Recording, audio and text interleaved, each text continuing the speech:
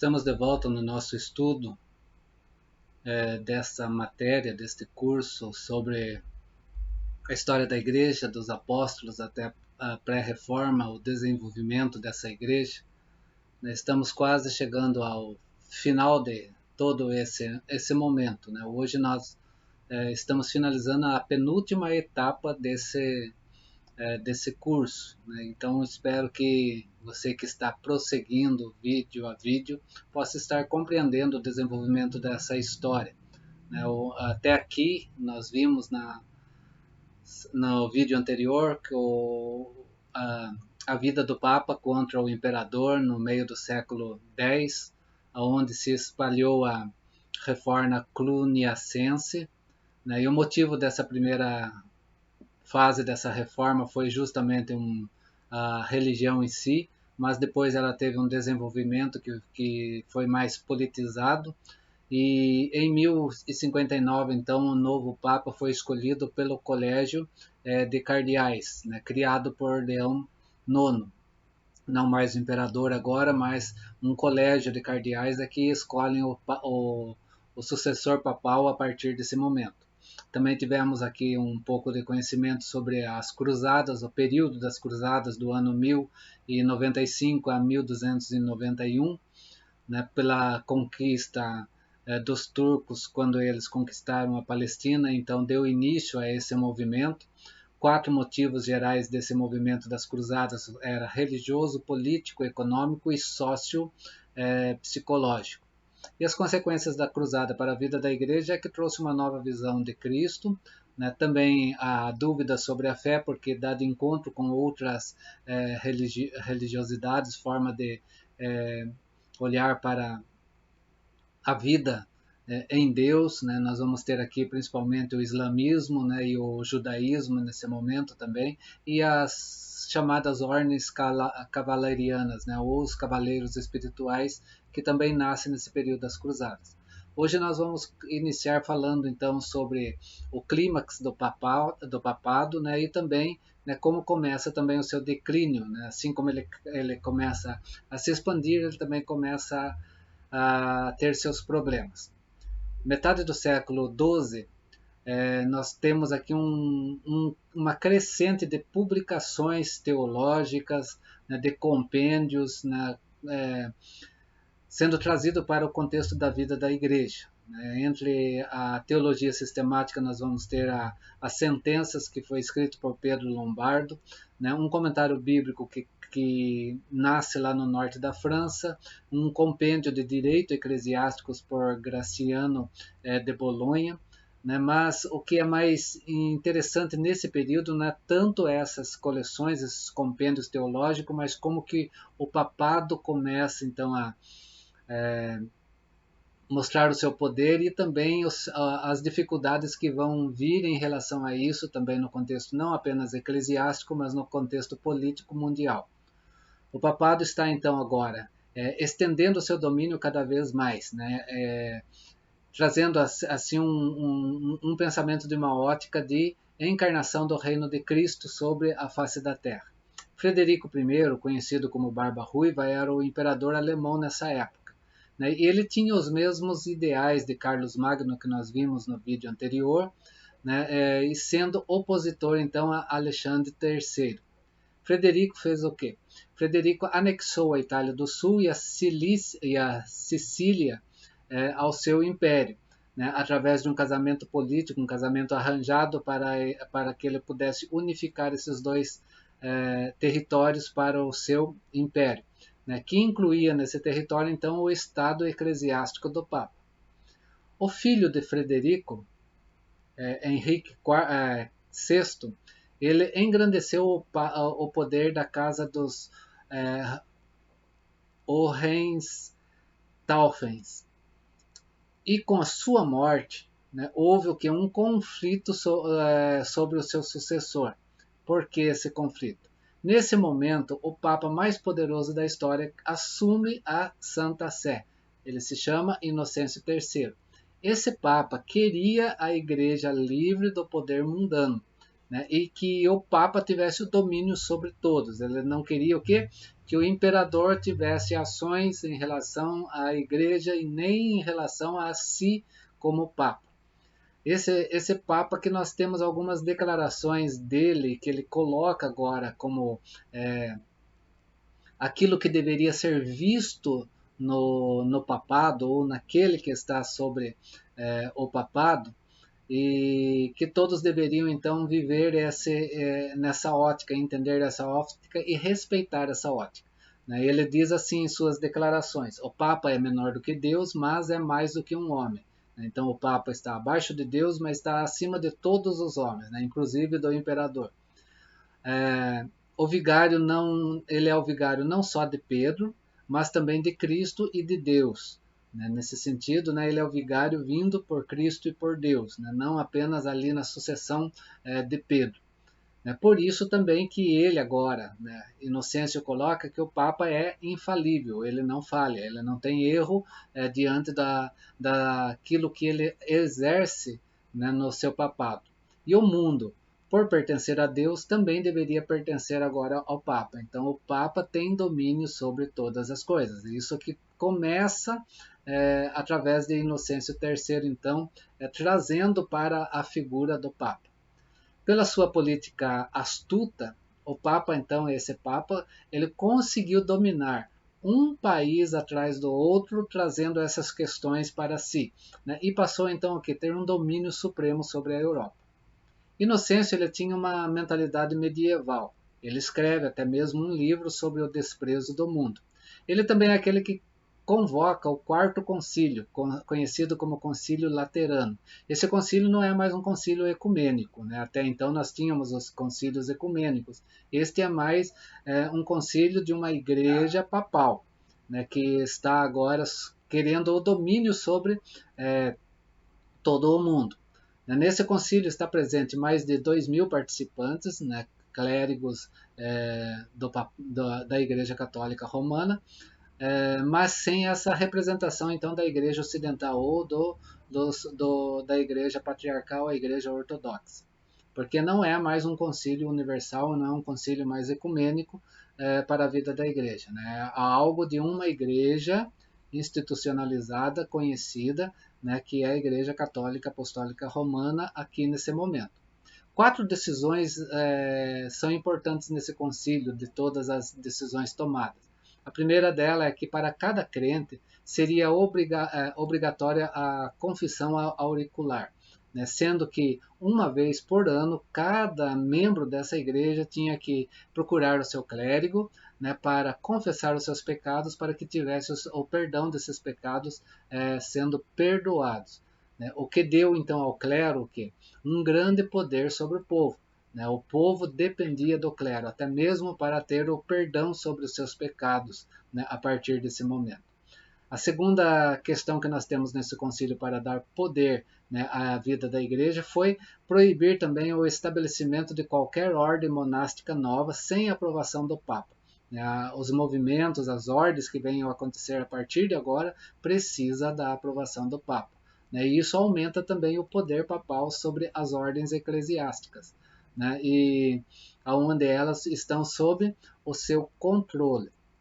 Terceira questão que nós temos aqui para fortalecer o poder papal, o poder dessa igreja, e também está o início da Inquisição contra os hereges. Os judeus agora deviam vestir-se de maneira distinta e não podiam mais ocupar cargos políticos, né? Porque quando nós vemos a Inquisição acontecer contra os hereges, vai também acontecer contra qualquer religião não cristã nesse momento que nós vamos ter aqui. E isso vai acontecer através de algumas ordens que a gente vai ver mais para frente. Dessas 3 decisões, então, nós vemos o poder da igreja e o aumento do papado. Né? Os clérigos estão agora acima do povo, né? E o povo está, então, submisso a essa igreja. Em quarto lugar, nós vamos ver ainda também a oficialização do ensino da transubstanciação como dogma oficial da igreja. Os dogmas passam a ter força, por quê? Porque o Papa é infalível. Então, seus dogmas têm peso igual às das Escrituras Sagradas, né? Às vezes até maior que as próprias Escrituras Sagradas. O sacerdote diz então que aqui na instituição da Santa Ceia, na hora da missa, então ela diz palavras, né, institucionais, né, aonde a partir desse momento o pão e o vinho é transformado da sua substância no corpo e no sangue de Cristo. Então cada missa nós temos um milagre da transubstanciação. O pão e o vinho se tornam, de fato, corpo e sangue de Cristo Jesus. Isso é um dogma eclesiástico dentro do papado, então, que é estabelecido nessa igreja a partir desse momento. Havia discussões de ordem teológica, nós vimos nos vídeos anteriores sobre essas questões, mas agora isso é oficial para a vida da igreja. Toda a igreja católica, apostólica, romana tem que viver nesse dogma. Essa decisão vai fortalecer o poder do sacerdote. Por quê? Porque além de ser um milagre que ele está operando na mesa eucarística, a gente viu aí sobre os milagres na liturgia da igreja, nos vídeos anteriores, a missa então vai repetir o sacrifício de Jesus Cristo agora de forma contemporânea. Cada missa, o sacrifício de Cristo é repetido no agora da vida dessa igreja. O que nós temos aqui então? Nas decisões do Quarto Concílio Laterano, confissão auricular obrigatória, ordem monásticas novas é proibida, a não ser que tenha o aval do Papa, a Inquisição é iniciada então nesse momento agora, e a transubstanciação se torna um dogma, ela é oficializada na vida da Igreja. O ano 1215 desse período, desse concílio, marcou o apogeu do papado, porque nós vemos tudo isso firmando para que o papado cresça no seu poder, né, diante das pessoas, nos leigos, também diante daqueles que exercem as suas atividades de ordem política, porque o Papa tem que estar acima de todos esses, né?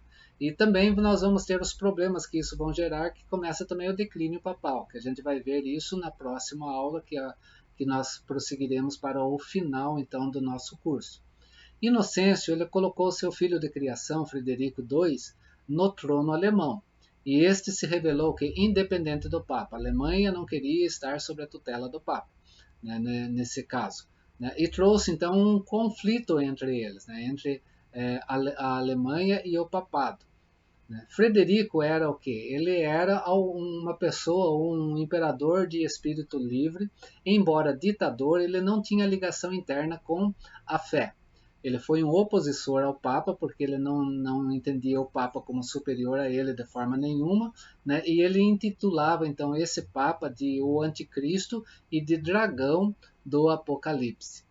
Ele também é aquele que pronunciou sobre a igreja que a igreja deveria renunciar às suas riquezas, voltar à pobreza e desistir de pensar em termos de poder secular, ou seja, a igreja não poderia ser politizada no contexto do império.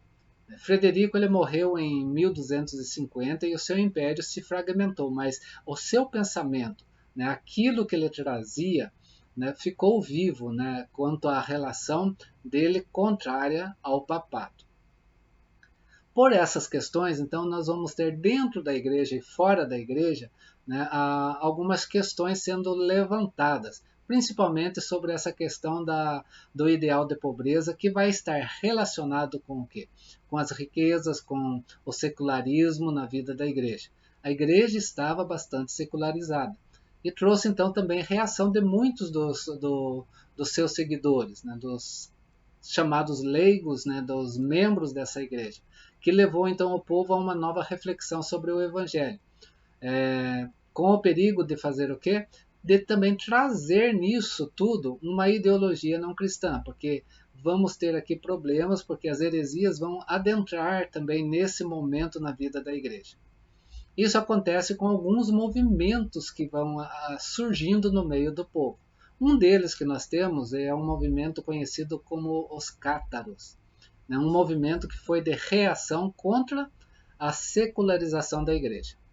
O pensamento de Marcion e o pensamento de Mani tinha sido preservado no leste, na Bulgária, que nós vimos em vídeo anterior. Isso resultado de um dualismo ascético. né, que foi levado pelas cruzadas e pelo comércio para o sul da França e para o norte da Itália. Então, as cruzadas trouxeram esse pensamento para essas regiões.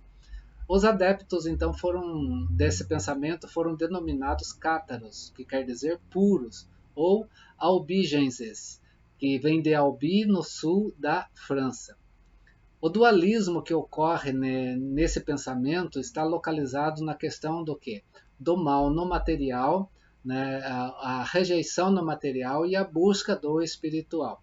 Assim, o que esses cátaros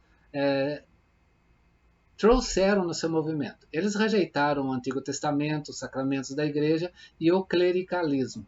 O que eles preferiram? Preferiram apenas o quarto mandamento, que tinha algo mais espiritual na visão deles. E eles se dividiram entre si, entre crentes simples, pessoas normais, entre aspas, e também os crentes mais perfeitos, né, nesse dualismo que eles trazem. E nesse dualismo, desse pensamento, o ascetismo também ocorreu entre eles. Por quê? Eles desprezaram o casamento, eles desprezavam as comidas de produtos de animais e os bens materiais em geral. Junto a esse movimento, nós vamos ter no meio do povo também um outro movimento que tinha um contexto mais bíblico, né, que foram conhecidos como os valdenses, que vem de Valdez, um rico comerciante de Lyon, na França, que se impressionou com dois textos das Escrituras Sagradas, Mateus capítulo 10 e Mateus 19, 21.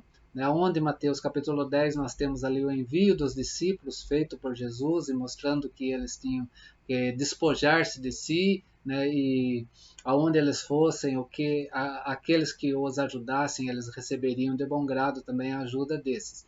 E Mateus 19, 21, que fala sobre justamente ter uma vida perfeita. E para ter uma vida perfeita, aqui Jesus estava falando que deveria desfazer dos bens terrenos. Assim, o que fez esse Valdez interpretando para si esses textos? Ele renunciou às riquezas e ele estabeleceu uma associação de pregadores leigos, né, em 1177, que é o conhecido movimento valdense. Esse movimento foi proibido e foi excomungado na vida da igreja, mas ele se expandiu rapidamente no sul da França e no norte da Itália. Foi um movimento apostólico em sua visão. Por quê? Porque eles viveram, né, a pobreza sobre si e eles tinham a visão da pregação itinerante, né, de ir pregando, levando o evangelho, aquilo que Cristo falava. Né. Preocuparam sim com a Bíblia, não vamos deixar isso de lado na vida deles, mas também rejeitaram vários erros dos cátaros, né, naquele dualismo que os cátaros tinham, rejeitaram também as indulgências na igreja institucional, o purgatório e as missas para aqueles que haviam falecido.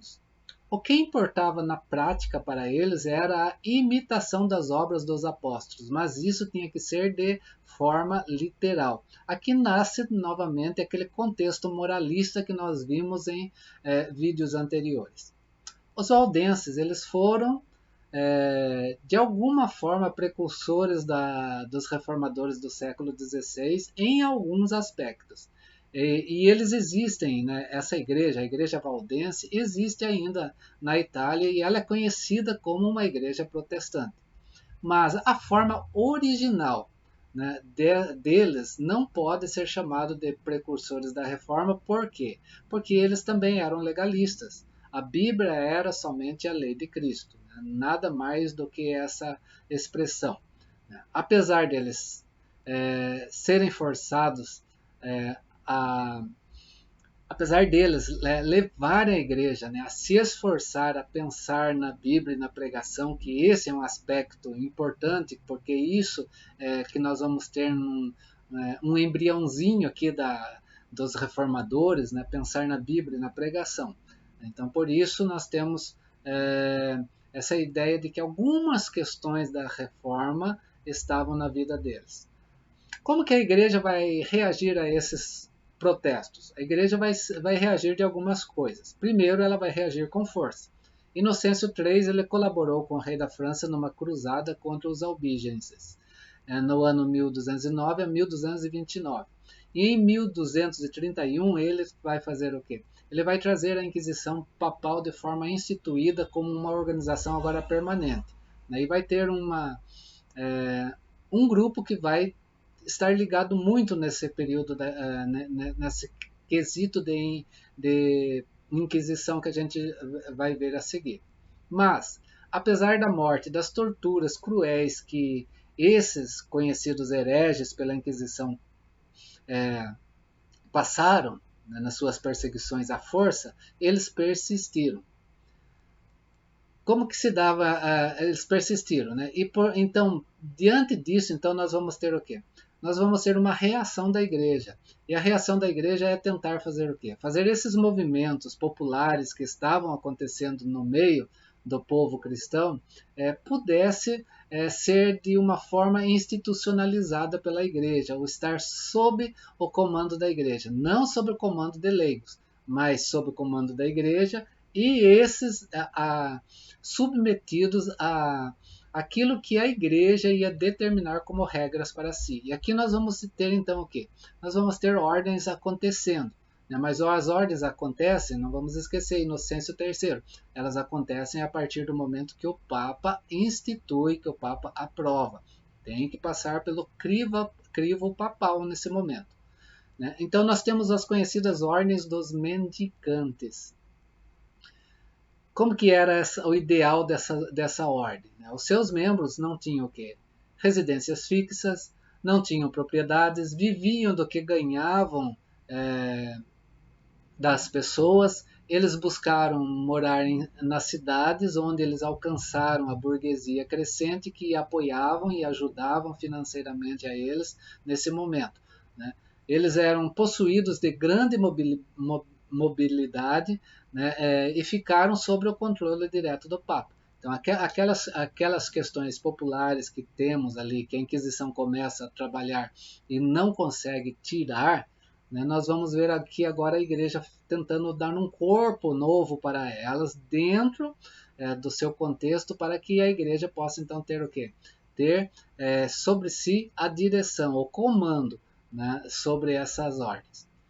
As duas ordens mendicantes que mais se destacaram foi a dos franciscanos, conhecido como os irmãos menores, e as dos dominicanos, que era conhecido como os pregadores. Dessas duas ordens, a dos franciscanos teve mais destaque. Foi estabelecida por Francisco, que era da cidade de Assis, no norte da Itália. Anos que nós temos aqui em 1182 a 1226. O Papa transformou essa ordem em 1223, substituindo o quê? A mendicância pelo trabalho e a perambulação, a estar levando o evangelho na sua caminhada por uma residência fixa. Aquilo que era o ideal de algumas ordens leigas que começa sem a igreja, que agora toma corpo na vida da igreja, mas que o Papa vai estar então fazendo o quê? Substituindo, modificando, para o bem daquilo que a igreja queria para aquele momento. Essa ordem então vai ser admirada pelo povo, porque essa não vai ser perseguida pela Inquisição, e vai ter o que? Uma dedicação especial na pregação e no cuidado pastoral. Já a ordem dos dominicanos, ela veio através de um espanhol chamado Domingos. O alvo foi o quê? Contradizer os hereges pela pregação do estudo. Aqui nós temos a força da Inquisição. Nessa ordem, então, que nós vamos ver os inquisidores, então, tendo a responsabilidade de estar o quê? Indo contra os hereges, e para isso eles vão dar o que? Parâmetros da pregação e do estudo, para que possa dizer isto é uma heresia ou não é uma heresia, à luz do que? Da visão desta igreja católica, apostólica, romana que nós temos aqui, essa igreja papal. Eles contribuíram de alguma forma para a teologia, incluindo dentro desse contexto dos dominicanos Tomás de Aquino, que nós conhecemos muitos dos seus escritos. Havia outras ordens fora desta, né? Ordens também mendicantes, como as beguinas e as dos carmelitas, desculpa. No século XIII, os ideais ascéticos começaram a atingir então essa burguesia crescente através dessas ordens, né? E muitos tornaram-se conhecidos como os tercianos, que são membros da terceira ordem, né? Ficando então o quê? Eles estavam no mundo, sim, eles não vão renunciar ao mundo, mas eles vão viver de uma forma mais ascética em relação ao mundo, né? Eles vão trabalhar esse ideal ascético, então, essa dualidade na vida da igreja novamente. Os franciscanos e os dominicanos fizeram muito no campo missionário, não podemos dizer que não, mas poucos eles conseguiram, né? O que eles tentaram ver, principalmente os franciscanos, é que as cruzadas, que deveria levar sim uma resposta da igreja para o Islã, né, ou para os seguidores de Maomé e de Alá, não conseguiram fazer. Então eles se preocuparam, né, principalmente com a evangelização desses, né, e também dos judeus, né, para que os judeus possam reconhecer Jesus Cristo, né? Então eles tinham também essa preocupação, né, aqui. De um lado, a preocupação é ensinar, em evangelizar. Do outro lado, nós vamos ter os dominicanos que vão trabalhar também a questão da força para isso acontecer, que vai ser através da Inquisição. Ok?